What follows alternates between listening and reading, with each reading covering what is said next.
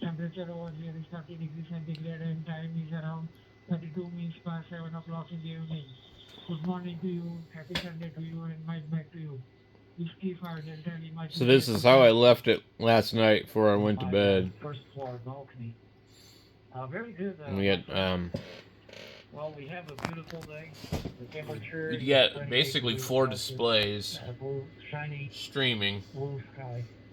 and it'll capture 32 YAM like whatever, so you can see that desktop over there in that corner, this bottom one down here over there, and then that one's just a ham clock. I'm not actually capturing a fourth display because I only have 3 hooked up.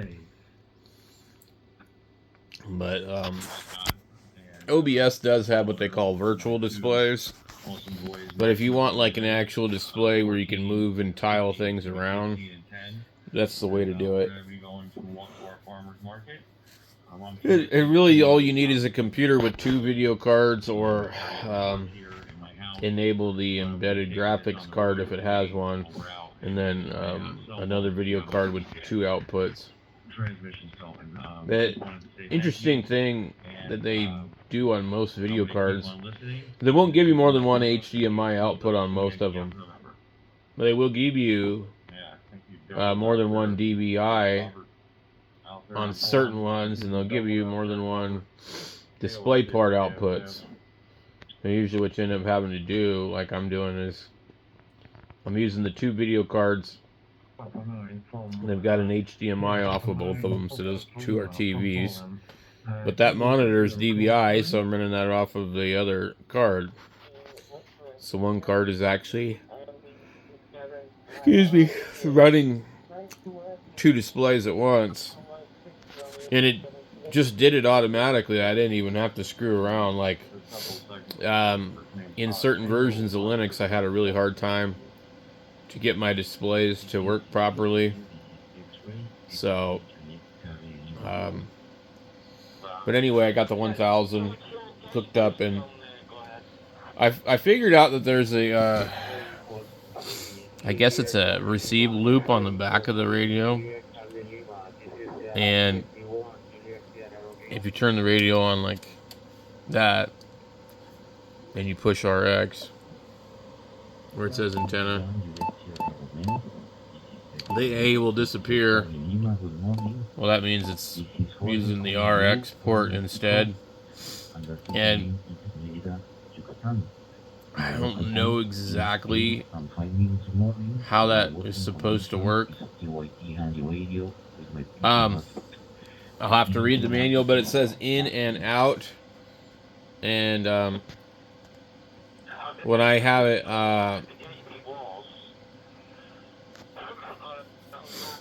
on out, it'll feed the SDR play when the radio receiver won't get anything. But if you key up, it'll transmit on the antenna, which is cool. So what I want is to be able to use the receiver and the radio, but also share my antenna connection. And it doesn't do that. So I'm trying to think of how the hell you could accomplish that without using something else. Anyway, I've had about 5 hours of sleep or less. Yeah, probably less. But I got up earlier than I wanted to, just because I know that if I don't, I'll start being on that up all night schedule again. I was up till I tried to go to bed at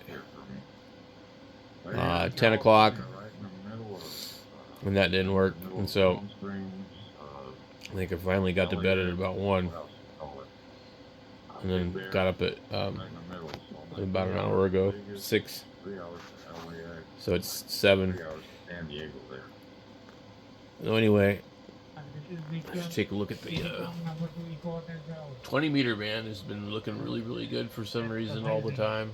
We can just be chatting here Pretty wild. TV is a great feature. So, let's go take a look and see what we got. An inexpensive transceiver from TYT. My model is Let me go and UV380. mute the DMR.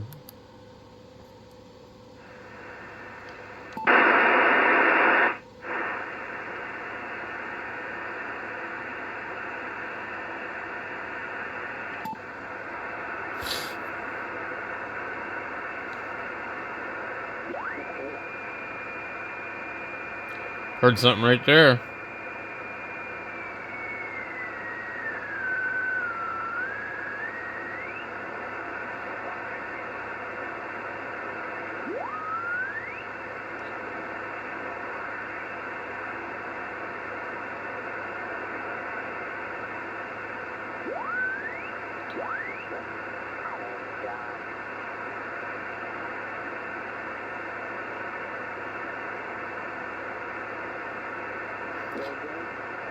Something.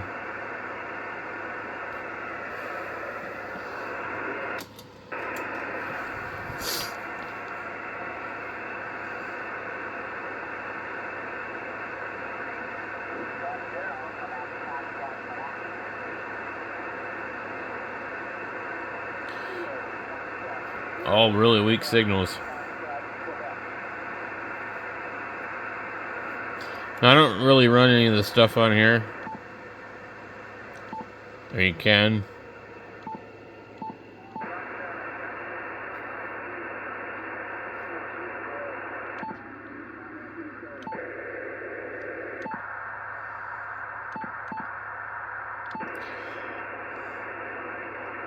They call it EDSP. I really don't play with it too much.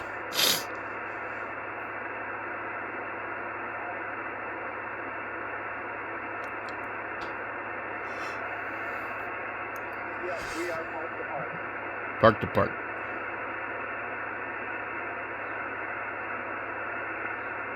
So there's some parks on the air, guys. Early this morning. Let me use my band stack, which is also putting me on the wrong antenna.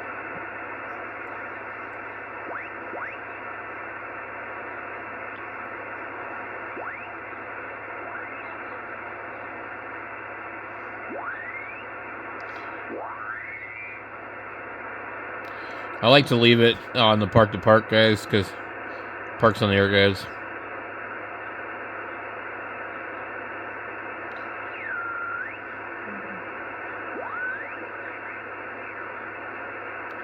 Yeah, there's a lot of little signals, but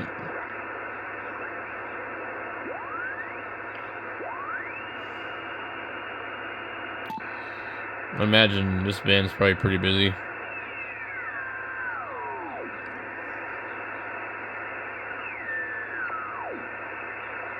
Maybe not.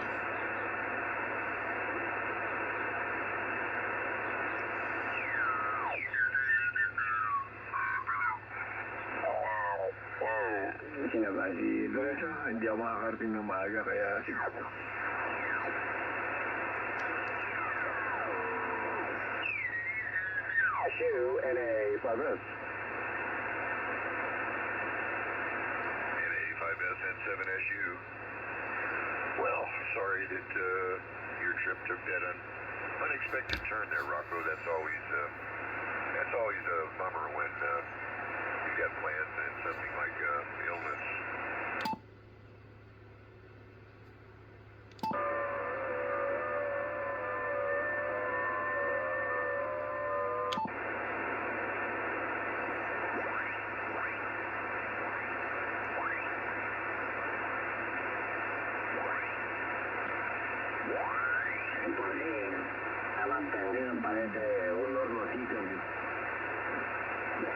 That's tall. Swarming anything over 300 watts, it would shut down with the SWR. So I said, I have a high pot tester, send it over and I'll test it for you. And sure enough, it starts flashing over at about 850 volts. So the capacitor has either lost its vacuum or It was damaged, dropped or something, and damaged, and the plates are too close together. But unfortunately, it is no good. Yeah, that's not very much voltage for a 5 kV, so it's definitely damaged. Yeah. Kind of nice to have a high pot tester just to test things like that. Certainly, yeah. There you go. Let's see, This band is not as active as I thought it would be. I think this band probably won't be that good right now. We never know.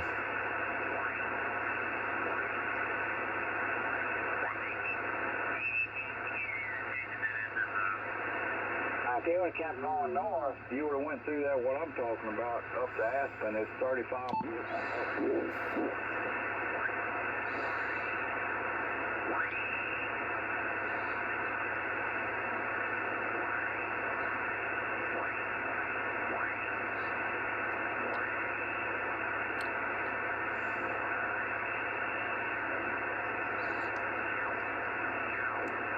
Yeah.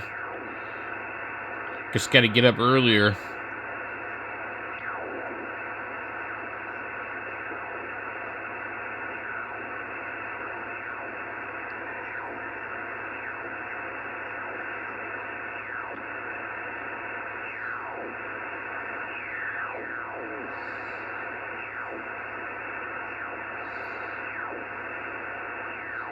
A lot of noise.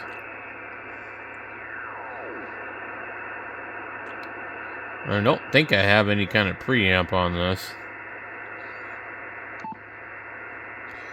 I think with this radio you actually are supposed to have the IPO on. Because I think basically when it's not, you're using the preamp. They're backwards way of doing it. Anyways, try to see if there's anybody in the extra part. There's some guys that get on down here on AM sometimes early in the morning.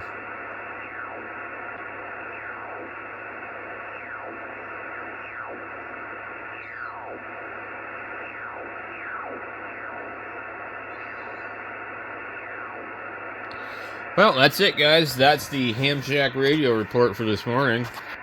It's 7:15, so not a lot going on. Maybe the signals will perk up on 20 meters. Looks like quite a bit of FT8, basically.